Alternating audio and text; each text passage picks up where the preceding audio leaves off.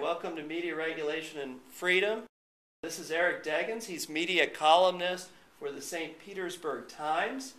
Well, basically, we've had a lot of local radio DJs who've been fined varying amounts for broadcast indecency. Tampa's sort of been the hotbed of what you might call shock jock radio. A company by the name of J-Core kind of pioneered that concept in the 80s and the 90s. And J-Core got bought by Clear Channel, which then kind of exported that concept across the country to throughout the largest radio chain in the country. And basically, they had this theory of courting listeners, particularly male listeners, with really edgy content. Things like one jock killed a live boar on the radio. The same guy simulated giving someone an enema on the radio. They would have porn stars in their studio. Some of this stuff was theater of the mind. The enema was fake, but the porn stars were often real, and the killing of the boar was real.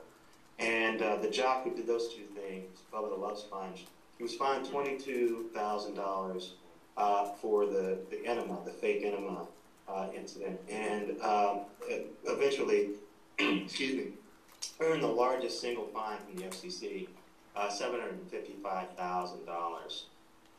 And it came at a time, just a day or two before executives from Clear Channel were going to have to testify before Congress, so they wound up firing him over that. But Tampa, Florida just has turned out to be sort of a hotbed of this kind of radio, and jocks were regularly getting fined.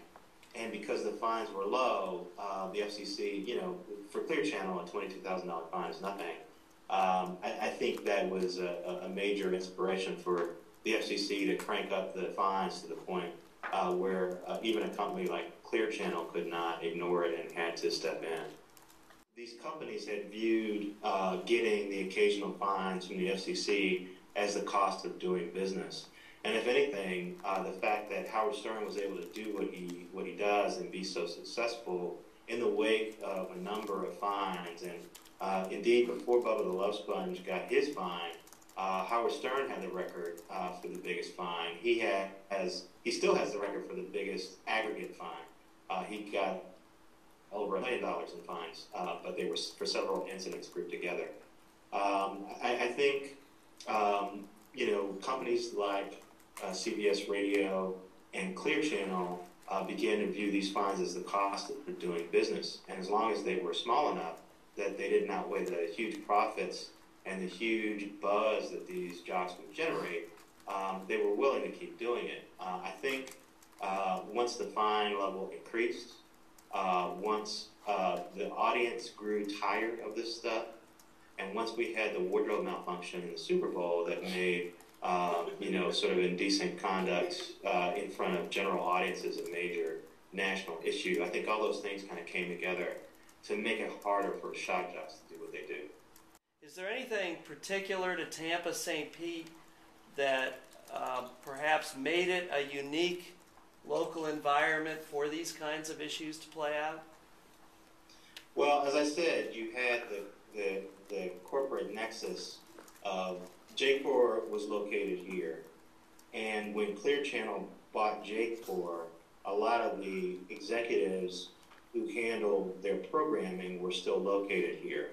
The guy who was in charge of their national talk programs, the guy who discovered Glenn Beck as a top 40 DJ in Connecticut and gave him his first talk show in the Tampa area, the guy who basically created Clear Channel's talk syndication network, which includes Rush Limbaugh now. It included Dr. Laura until recently. All those people were here in Tampa. So that's part of it. And I think part of it is that, it's Florida. We're a little more accepting of kind of, edgy stuff. Some people might say we got a few more rednecks here, So they're a little more amenable to material that's going to appeal to that kind of demographic. That's about fast cars and loose women and drinking and all that kind of stuff. There's a lot of reasons why that material works, and in fact, in some markets in Florida, in Orlando and Jacksonville, for example, that kind of stuff is still going on. I think it's less popular here. But you think the wardrobe malfunction in 2004, the fines and the cases since then have led, in general, broadcasters to be less edgy or less challenging of the FCC? Well, what happened with when Bubba got fined all that money, as I said, Clear Channel was about to appear before Congress. So they had to take some very serious steps before they got in front of Congress so that they wouldn't have their heads handed to them by the committee they were going to face. So they fired Bubba the Love Sponge, and they instituted these very strict guidelines about how you could talk about sex on the radio. And then they instituted all these training programs where all their on-air people had to go through all this training to understand the new rules for how they could talk about sex. On the stories that I wrote not too long after that was that that had nothing to do with how you talk about race and how you talk about culture and how you talk about those things. So you still had some Clear Channel jocks using terms like spick on the air and making really horrible references to African Americans and Hispanic people and people of non-white ethnicity, and so because the FCC fines focused on sexual content and bodily functions, they cracked down on that kind of talk, but they didn't crack down on the other kinds of stuff. So I think what happened was you had this financial imperative to crack down on certain kinds of talk, and then you had the audience just changing. And the fact of the matter is that kind of shock jock stuff is just not as popular as it once was. Howard Stern wants to say that the fines drove him out of terrestrial radio, drove him out of the traditional radio sphere. But I also think what was happening is that audiences' tastes were changing. And, the kind of stuff he does is more for the really devoted fan who's willing to pay a premium to hear that kind of talk. It doesn't work so well on radio stations that are general interest, where you have to get a big audience. Have you interviewed Stern?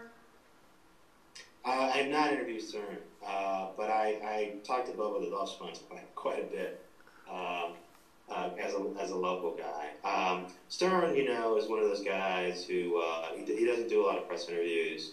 I met Stern once at Bubba the Love Sponge's wedding, believe it or not, in Tampa. When Bubba got married, Hulk Hogan was the best man, and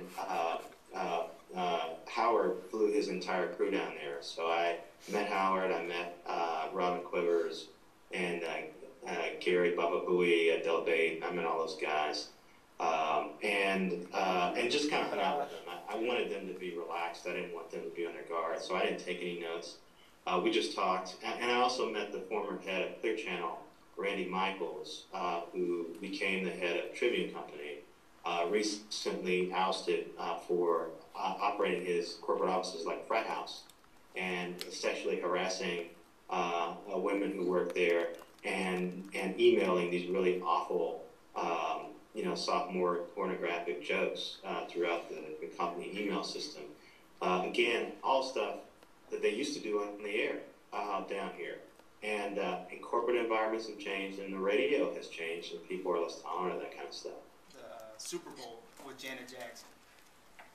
To me, I think technology, had a lot to do with that whole fine, because I guess I'm just figuring that whole thing happened within a split second. So my thing is, has there really been that many complaints? I guess with the whole YouTube situation and the DVR, technology, I thought had a lot to do with that particular fine, because it was in and out. When seeing it live, I don't really believe that big of a deal necessarily. If You see where I'm coming from? CBS, when that first happened, was that there was a lot of concern that they did it on purpose. Not just that they ripped a piece of clothing off, but that she exposed her breast on purpose. And then that some people involved in planning that performance did it on purpose and were prepared to say it was an accident later. And so the FCC, I think, wanted to make sure. I mean, I think that's the reason why they've been fining. They started fining people over these fleeting instances of profanity, where rock stars would go on stage and say a curse word. The FCC was concerned that the networks were allowing this to happen, and that they were setting up situations where it could happen, so that then they could turn around and say, hey, look, Bono decided to go up on the stage and say the F word, and, we can't really stop him, So it's their way of getting profanity on the air, making the shows more dangerous, making the shows more attractive to young viewers, but they can avoid the FCC's fine by saying that the profanity and the explicit material was a mistake. So I think the FCC decided to say, well, we're not accepting this notion that it's a mistake. We're going to fine you for it anyway, and that is going to trigger an investigation, a court proceeding, an appeal, and we'll really get a look at what happened, and we'll see. We'll make it essentially such a pain in the ass for you that you won't do it again. And I think, frankly, that's what's happened. If you watch the Grammys, the latest broadcast of the Grammys, when Eminem said curse words, now they may have missed one, but when Eminem said curse words, they didn't just bleep his audio. They bleeped out the whole audio of the whole broadcast, and you heard nothing but silence for a good second or two. And the reason they were doing that is to make sure that there is no chance that any piece of a profanity might make its way onto the airwaves.